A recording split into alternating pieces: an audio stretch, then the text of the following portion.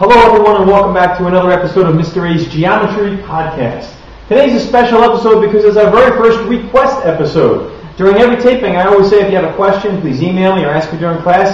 Somebody finally did. So today we're going to talk about angles. We're going to look at addition with angles. We're going to look at subtraction with angles.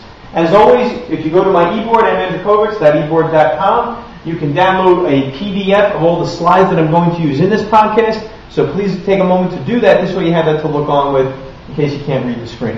So let's get started. Here's a basic angle addition problem. We've got three angles, one given, one proof.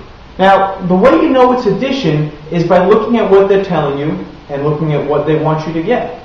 In this case, we're being told that BAC is congruent to DAE. So let's mark up our picture. Angle BAC is this angle here. Congruent to angle DAE, this angle here. So those two little angles in red are congruent. What do they want us to be able to show? Well, I'm going to use green for one. So I don't know this is true yet, but I want to be able to show, right?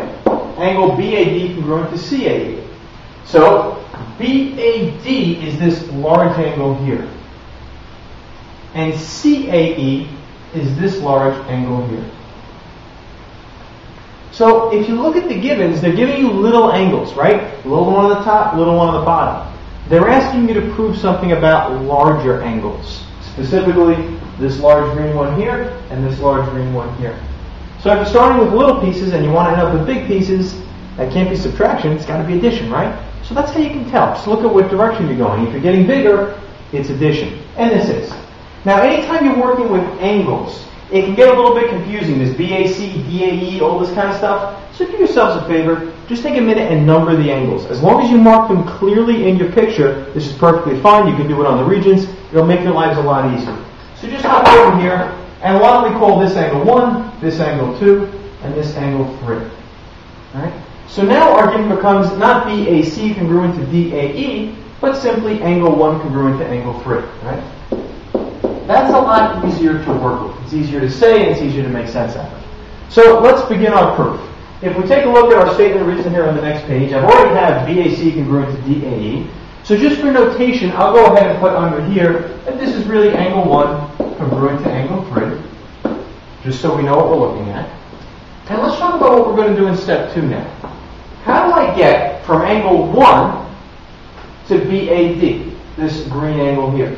I have to add. What am I going to add? Angle 2, right?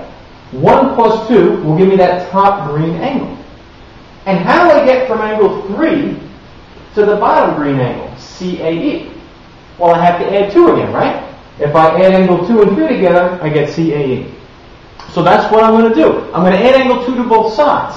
Now, when we go to our proof, if I want to add angle 2 to both sides of a statement, that's fine, as long as what I'm adding is the same, right? So I need to have a line that says angle 2 is congruent to angle 2. This is going to let me do this addition. And the reason for that is, of course, reflexive. Everything's congruent to itself. So this is a reflexive step. Well, how do I just add? It's so simple. I take this line and I put them together, right? If I add lines 1 and 2, on the left I have angle 1 plus angle 2.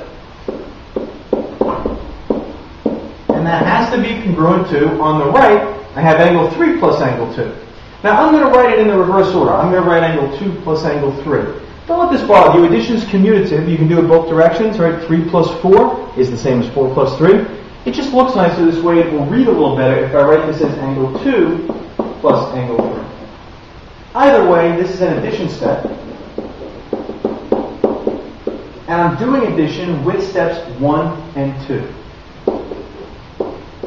Over here, you're just telling me where are you getting the information to get this addition step. In this case, I'm taking information from line 1 of my proof and putting it together with information from line 2.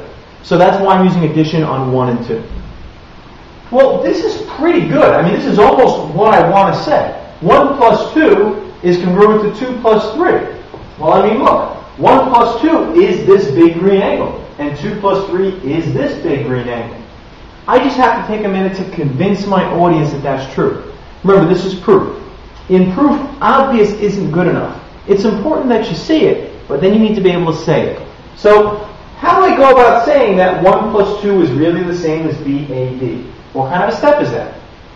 Pieces are the same as a whole. That's partition, right? The whole is always equal to the sum of its parts. In particular, what I want to do is use partition to say that 1 plus 2 is really just angle BAD. Right? So, wrong direction.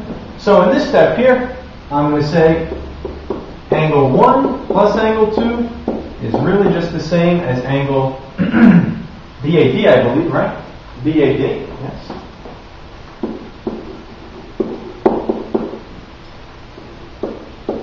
And I'm going to do the same thing with this side of the statement. Angle 2 plus angle 3, that's really just the same as angle CAD. Okay? This is a partition step.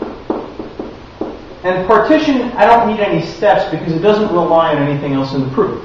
You can always do a partition step. It's always going to be true that a whole is equal to the sum of its parts. So I don't need to back it up with any steps.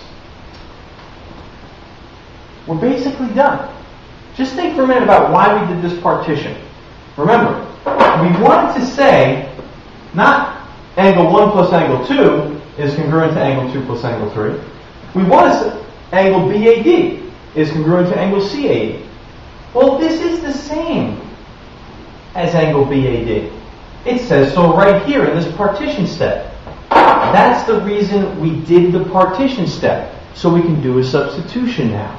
Same thing here. If you follow the blue, angle 2 plus angle 3, that's the same as angle CAD. This is why we did the partition. So now we get to do this. We get to come here in step 5 and say, look, if 1 plus 2 is the same as, if 1 plus 2 is congruent to 2 plus 3, it must be true that BAD is congruent to angle CAE. Again, follow the colors. 1 plus 2 is the same as BAD, so I substitute 1 plus 2 with BAD. 2 plus 3 is the same as CAE, so I substitute 2 plus 3 with CAE. I've used the word a few times. What kind of a step is this? Substitution. I'm doing substitution now on steps 3 and 4.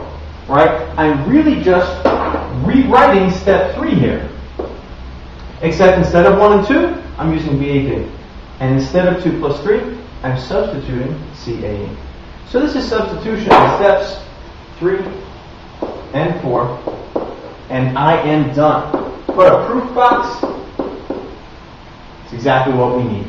So just remember, whenever you're going to do addition, you need to have a partition step, you need a substitution, and those go hand in hand. The only reason you did this partition step is to allow you to make this substitution to get the large angle congruent to the large angle like you needed. Okay? So I hope that helped with addition. I'm going to stop the tape, and in the next podcast we're going to look at subtraction with angles. So come right back. I hope this helped. Thank you very much for watching. Have a great day.